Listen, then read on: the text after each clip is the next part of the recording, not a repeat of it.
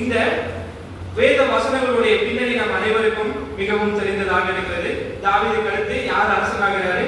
தாவீதினுடைய மகன் சாலமன் அரசனாகிறார். இங்கு சாலமன் தாவீதை போலவே கடவுளுக்கு பிரியமானவனாகவும் கடவுளுக்கு கீழ்ப்படுகிறவனாகவும் கடவுளுக்கு பயப்படுகிற மனிதனாகவும் இருக்கிறான் என்பதை நாம் அறிந்திருக்கிறோம். அதே போலாக சாலமோன் தாவீதினுடைய அனைத்து கட்டளைகளையும் பின்பற்றி தேவனுக்கு ஏற்ற காரியங்களை செய்கிற ஒரு அரசனாக இருந்து வருகிறான். இங்கு சாலமன் அரசன் ஆன பிறகு சாலமன் செய்கிற 3 முக்கியமான விஷயங்கள் நம்ம என்னன்னு நம்ம பார்த்தோம் அப்படின்னா, முதலாவது தேவனுடைய ஆலயத்தை அவன் கட்டுகிறான், இரண்டாவதாக தன்னுடைய அரண்மனையை கட்டுகிறான், மூன்றாவதாக எருசலேமை சுற்றிலும் மதில் சுவர்களை அவன் கட்டுகிறான். இந்த 3 பெரிய காரியங்களை செய்வதற்கு ஆண்டவர் எப்படி சாலமோனுக்கு துணையாக இருந்தார் சாலம் என்பதை குறித்து நாம் தியானிக்கிறோம். இது எல்லாத்தையும் சாலமோன் செய்து முடிக்கிறாரு. சாலமோன் இடத்துல இப்ப பெரிய அரசாங்கம் இருக்குது. அவர் ஒரு அரண்மனையை வைத்திருக்கிறார், மக்களை ஆட்சி செய்கிறவராக இருக்கிறார். ஆனாலும் அவர் ஒரு சில காரியங்களை செய்வதற்கு தவறவில்லை. என்ன காரியம் அப்படின்னா, ஆண்டவருக்கு பயப்படுகிற அந்த காரியத்திலிருந்து சாலமோன் என்றைக்கும் தவறவில்லை. அதனாலதான் கிபியோனுக்கு சென்று 1000 பலிகளை அங்க சாலமன் ஏறெடுக்கிறதை நாம் பார்க்க முடிகிறது. சாலமன் எந்த இடத்திற்கு சென்றாலும் அங்கு தேவனிடத்திலே அவன் வைத்திருக்கிற அந்த பக்தியும் பயமும் என்றைக்கும் சாலமனிடத்திலே நிலைத்திருக்கிறதை நாம் காண முடிகிறது.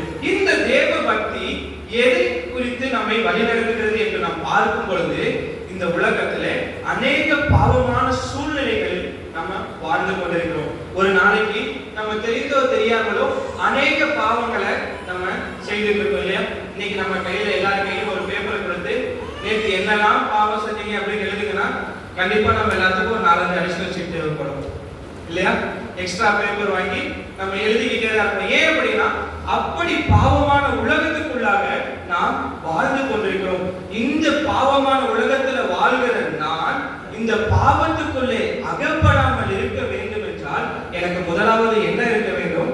தேவ பக்தி, தேவ பயம் என்னிடத்துல இருக்க வேண்டும். நான் அநேக இடங்களிலே கூறுகிற ஒரு காரியம் உண்டு. பிற மதத்தவர்களுக்கும் கிறிஸ்தவர்களுக்கும் என்ன ஒரு வித்தியாசம் சொல்லுங்களேன்? பிற மதத்தவர்களுக்கும் கிறிஸ்தவர்களுக்கும் என்ன வித்தியாசம்? சரி, இப்படி வச்சுக்கலாம். மற்றவர்களுக்கும் நமக்கும் என்ன வித்தியாசம்? யாராவது சொல்ல முடியும்? சிம்பிளா சொல்லணும் அப்படின்னா, நம்ம பிற மதத்தவர்களை நம்ம எடுத்துக்கிட்டோம் அப்படின்னா, ஏதாச்சும் ஒரு தப்பு செஞ்சா சாமி என்ன பண்ணும்? சாமி என்ன பண்ணும்? சத்தமா பேசலாமா? ஏன்னா நீங்களும் பேசும்பொழுதுதான் நம்ம ஆண்டவருடைய வார்த்தையை இன்னும் அதிகமாக ஆராய முடியும். பிற மதத்தவர்கள் ஒரு தவறு செய்யும் பொழுது அவங்க மனசுக்குள்ள இருக்க முதல் விஷயம் என்ன? சாமி கண்ணை குத்திரும். ஆனா இன்னைக்கு நம்ம என்ன பண்றோம்? என்ன செஞ்சாலும் என் கடவுள் என்னை மன்னிக்கிற கடவுளாக இருக்கிறார் அப்படிங்கிற ஒரு லத்தாட்சி நம்மள்கிட்ட வந்துருச்சு. ஆனால் உண்மையில சொல்ல போனா என் தேவன் படுகிற கோபத்திற்கு இங்க ஈக்குவல் யாருமே கிடையாது. பழைய ஏற்பாடு புத்தகத்தை நம்ம எடுத்து முதல்ல இருந்து கடைசி வரைக்கும் வாசிச்சோம் அப்படின்னா தேவன் இவ்வளவு கோபமுள்ளவரா அப்படின்னு நம்ம எல்லாருக்கும் அவ்வளவு ஆச்சரியமா இருக்கும். ஏன் அப்படின்னா கடவுள் பாவங்களுக்கும் விரோதங்களுக்கும் விரோதமானவர். சோ அதனால அவர் எவ்வளவு கோபமுள்ளவராக இருக்கார். இன்னைக்கு நம்ம எல்லாரும் நான் என்ன பாவம் செஞ்சாலும் அதான் நான் சர்ச்சுக்கு போறப்ப ஒரு பாவரிக்கை ஜெபத்தை வாசிச்சு விட்டுறேனே அப்படிங்கிற ஒரு ஈஸி மைண்டுக்கு நம்ம வந்துட்டோம். ஆனா இந்த உலகத்துல தேவனுடைய பயம் நம்ம கிட்ட இருக்குதா? நான் ஆலயத்திற்குள்ளாக வரும்பொழுது நான் தேவ பயத்தோடு வருகிறேன். எடுத்து பாருங்களேன், ஒருவேளை பழைய ஏற்பாட்டு காலத்துல நம்ம இருந்திருந்தோம்னா இன்னைக்கு நம்ம செய்த பாவங்களுக்கு இந்த இடத்துக்குள்ள நம்ம வந்திருக்க முடியுமா? இன்னைக்கு ஆண்டவர் உங்களுக்காகவும் எனக்காகவும் சிலுவையில அறையப்பட்டு தன்னுடைய ஜீவனை நமக்காக கொடுத்து இப்படி ஒரு ஆலயத்திற்குள்ளாக உங்களையும் என்னையும் நீ பாவியாக இருந்தாலும் உன்னை நான் ஏற்றுக்கொள்கிறேன் அப்படின்னு உள்ள விடுற கடவுளிடத்துல நாம் எப்படிப்பட்டவர்களாக இருக்கிறோம் என்பதை நாம் சிந்தித்து பார்க்க வேண்டும். ஏன் அப்படின்னா இன்னைக்கு நம்ம ஈஸியா உள்ள வந்துட்டு போயிடும்.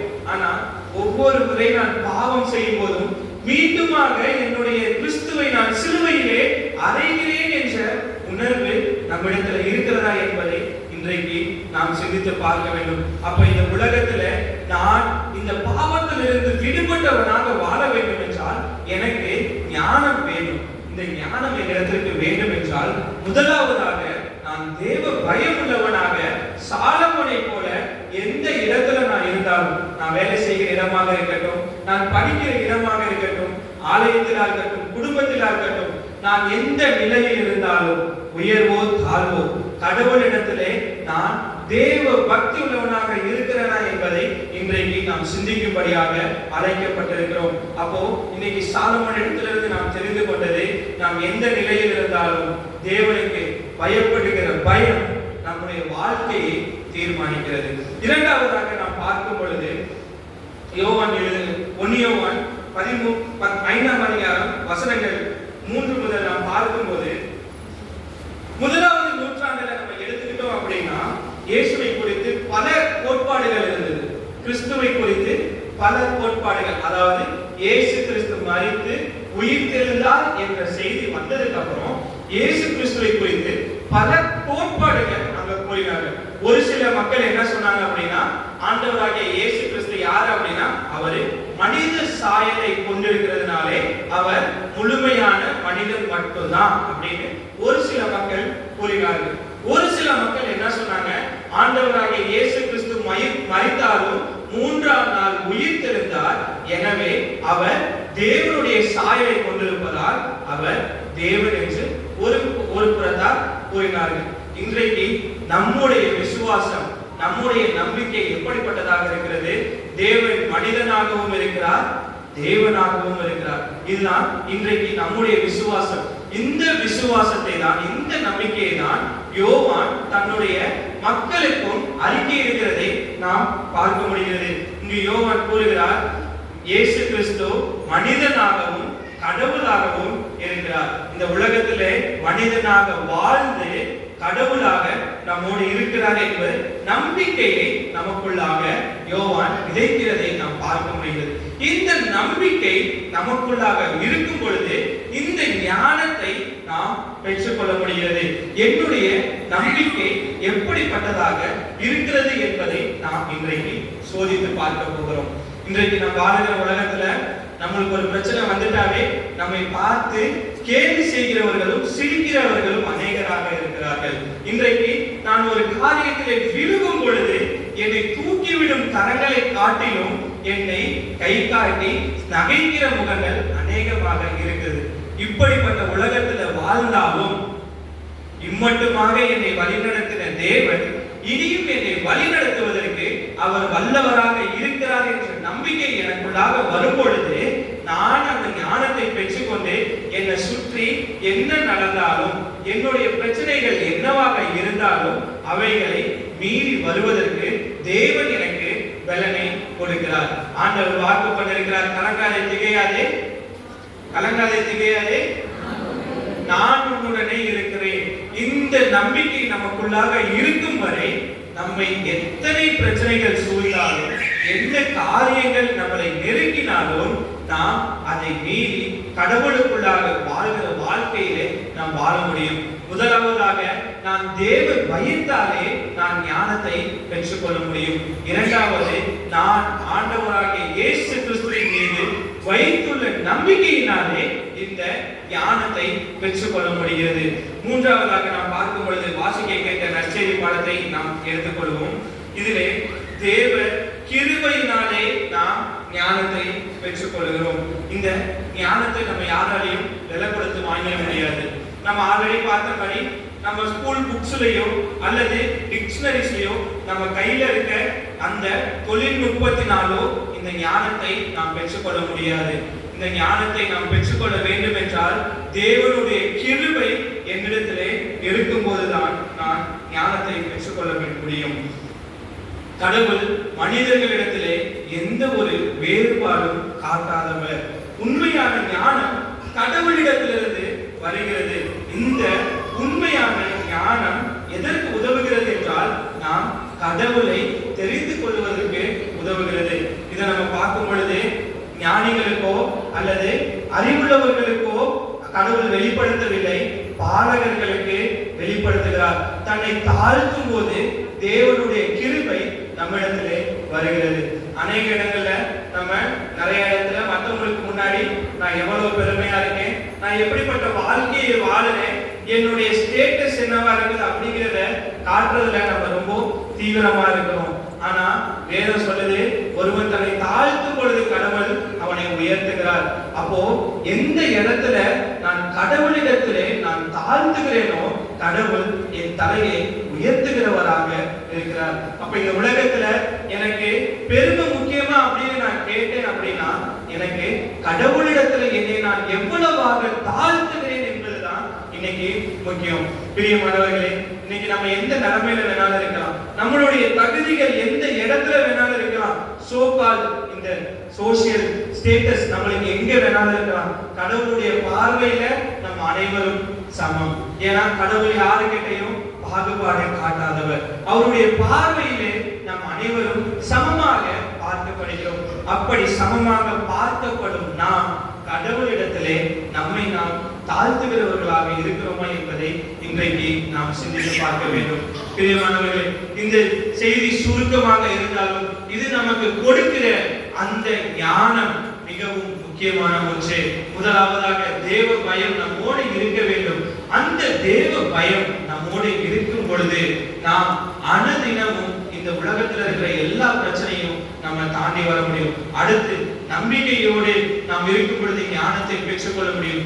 என்ன நம்பிக்கை? அனுதினமும் தேவன் என்னோடு இருக்கிறார்.